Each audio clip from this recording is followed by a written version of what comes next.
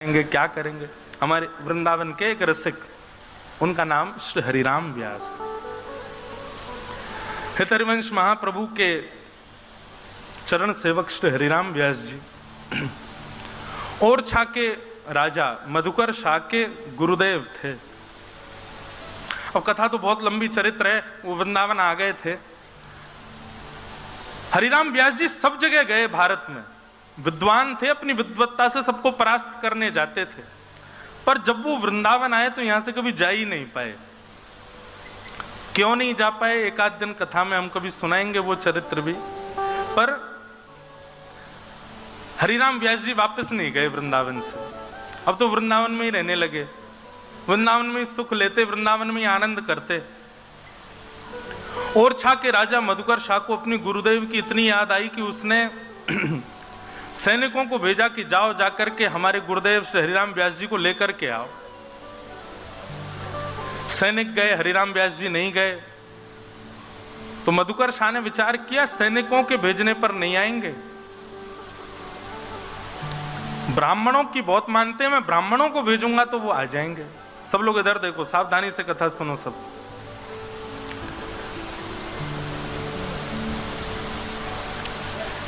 ब्राह्मण गए, ब्राह्मण आए, ब्राह्मणों का खूब सत्कार किया हरिराम व्यास जी ने, अपने आसपास बिठाया। ब्राह्मणों ने निवेदन किया, बोले व्यास जी चलो वृंदावन से चलो। जैसे कोई वृंदावन से जाने की बात करता ना, तो हरिराम व्यास जी ये सोचते आज मुझसे अपराध क्या हुआ जो मुझसे किसी ने वृंदावन त्यागने की बात करी है। सोचो, स्थिति विचार करो हरिराम व्यास जी की। अच्छा, अगर कई लोगों के चित्त में यह भाव आ रही हो कि भाई ये व्यास जी कहीं ना कहीं ठाकुर जी से ज्यादा वृंदावन यश की महिमा गा रहे हैं, तो आप लोगों के मन में यह भेद आना एक दुर्भाग्यपूर्ण है कि आप वृंदावन को ठाकुर जी से विलग मानते। ये बात आप निश्चित मान लीजिए कि वृंदावन साक्षात श्यामा श्याम का मिलित स्वरूप ही है, ये कोई अलग नहीं है। इसलिए वृंदावन यश मैं गा रहा हूं, क्यों? क्योंकि वृंदावन श्यामा श्याम का रस बाहर गाया जाएगा, यहां तो वृंदावन का यश ही गाया जाए। उसी से किशोरी जी को सुख मिलता है, उसी से ठाकुर जी को सुख मिलता है। ऐसा समझो, श्री जी को सुख देने के लिए जहां जहां श्री जी विचरण करती हैं वहां वहां वृंदावन नहीं है, वो वृंदावन का रूप स्वयं श्री कृष्ण ही है। किशोरी जी चरण रखेंगी तो वहां की रज भी श्री कृष्ण है। किशोरी जी से छांव के नीचे बैठेंगी वो वृक्ष भी श्री कृष्ण है। किशोरी जी जहां बैठ करके श्वास भी ले रही है वहां की पवन भी श्री कृष्ण है। ऐसा श्री जी के पक्ष में है। और जहां ठाकुर जी विचरण कर रहे हैं वहां ठाकुर जी के विचरण के लिए वहां की रज श्री जी है, वहां का वृक्ष किशोरी जी है, वहां की वायु किशोरी जी है। श्यामा श्याम इस वृंदावन में नित्य विहार करते हैं। किशोरी जी के लिए श्याम सुंदर वृंदावन है और श्याम सुंदर के लिए किशोरी जी ही वृंदावन है। श्यामा श्याम का मिलित स्वरूप है श्री वृंदावन, ये कोई अलग नहीं है। बहुत सुंदर पद है, मेरी स्मृति में मेरे पास लिखा है, कल मैं उसको ढूंढ के सुनाऊंगा कि किस प्रकार दोनों एक दूसरे की सेवा के लिए ब्रज का ही रूप धारण कर लेते हैं। तो इसलिए वृंदावन यश यदि गाया जा रहा है तो आप इसमें संकुचित मत होइएगा। तो जैसे ही कोई कहता कि व्यास जी ओरछा वापस चलो, तो हरिराम व्यास जी चिंतन नेत्र बंद करके विचार करते, आज सवेरे उठने के बाद अब तक मैंने क्या अपराध किया जो मुझे वृंदावन छोड़ने की आज्ञा मिल रही है कहीं से।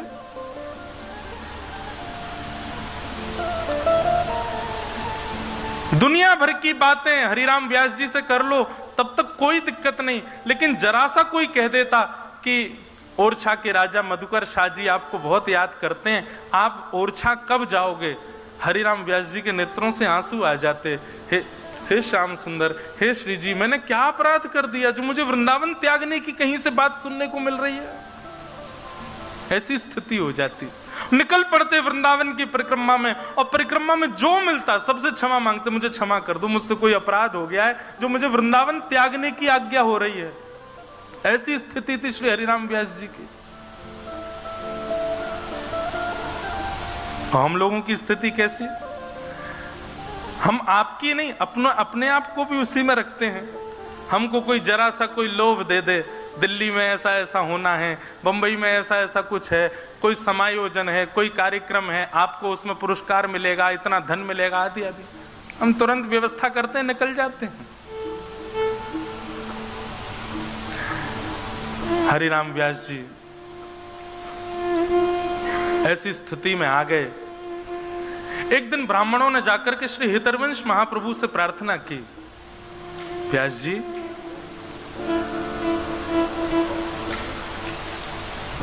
हमारे कहने पर तो हरिराम व्यास जी नहीं जाएंगे, पर आप आज्ञा कर दो, आप उनके गुरु हैं कि वो ओरछा चलें।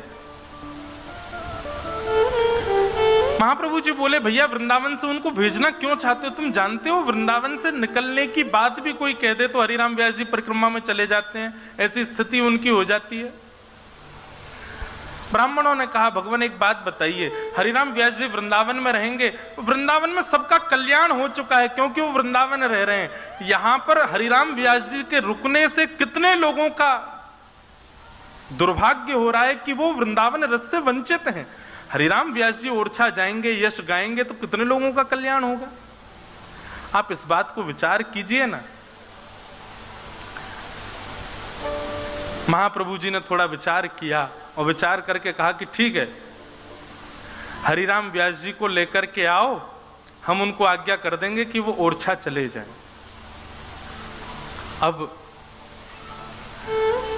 हरिराम व्यास जी तो बड़े आनंद में थे, जैसे कर्जा देने वाले व्यक्ति, कर्जा किसी ने लिया हो और उसका पैसा वापस मांगा जाए, वो नहीं देने में सक्षम हो, उसको कह दीजिए अच्छा ठीक है तुमको 1 महीने का समय दे रहे हैं, दे देना, तो वो थोड़ा खुश हो जाता, चलो 1 महीना मिला मुझे।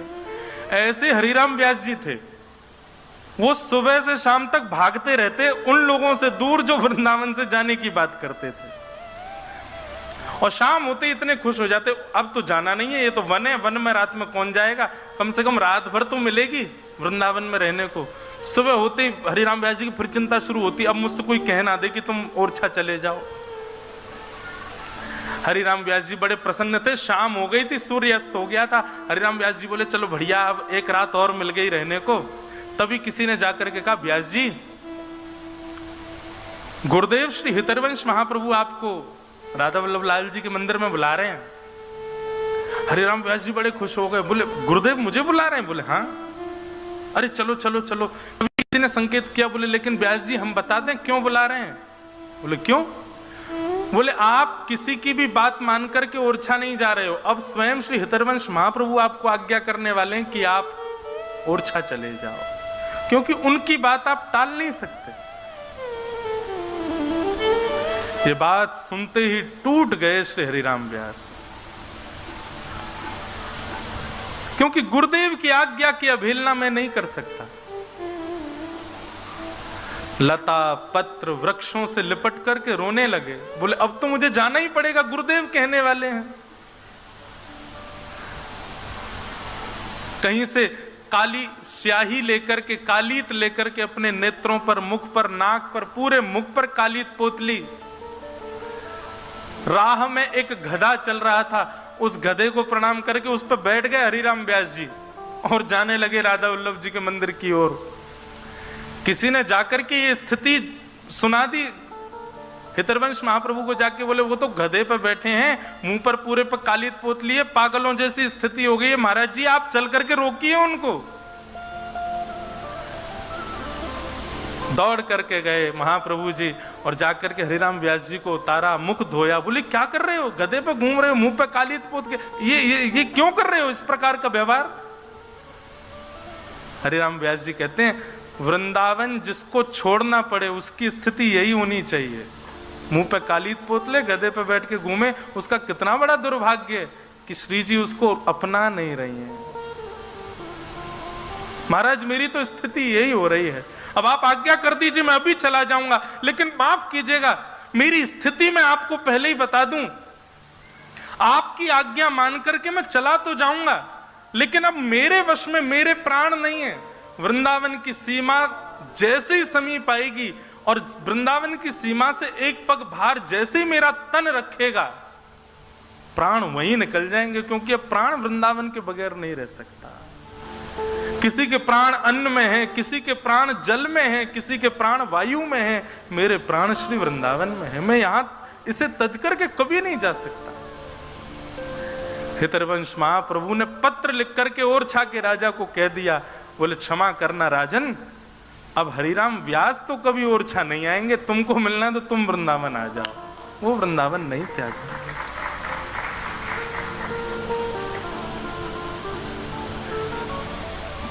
हमको तो सब पक्ष देखना पड़ता है। अब इस पक्ष का यदि मैं भाव व्यासपीठ से रखता हूं, तो कहीं ना कहीं यहां बैठे कई लोग ऐसे हैं जो जिनका जाना अनिवार्य है वृंदावन से। वो क्या करें? देखो भैया, वैसे तो वृंदावन छूटना ही नहीं चाहिए, लेकिन हाँ, मन को सांत्वना मिल जाए उसके लिए इतना है कि तन से भले ही वृंदावन छूट जाए, पर मन से कभी स्मृति से वृंदावन ना जाए। नित्य प्रति वृंदावन का स्मरण बना रहे, वृंदावन चित्त में बना रहे। उठते बैठते, सोते खाते पीते, हंसते बैठ, हर स्थिति में वृंदावन का स्मरण बना रहे। ऐसा वृंदावन। भाग्य बड़ो वृंदावन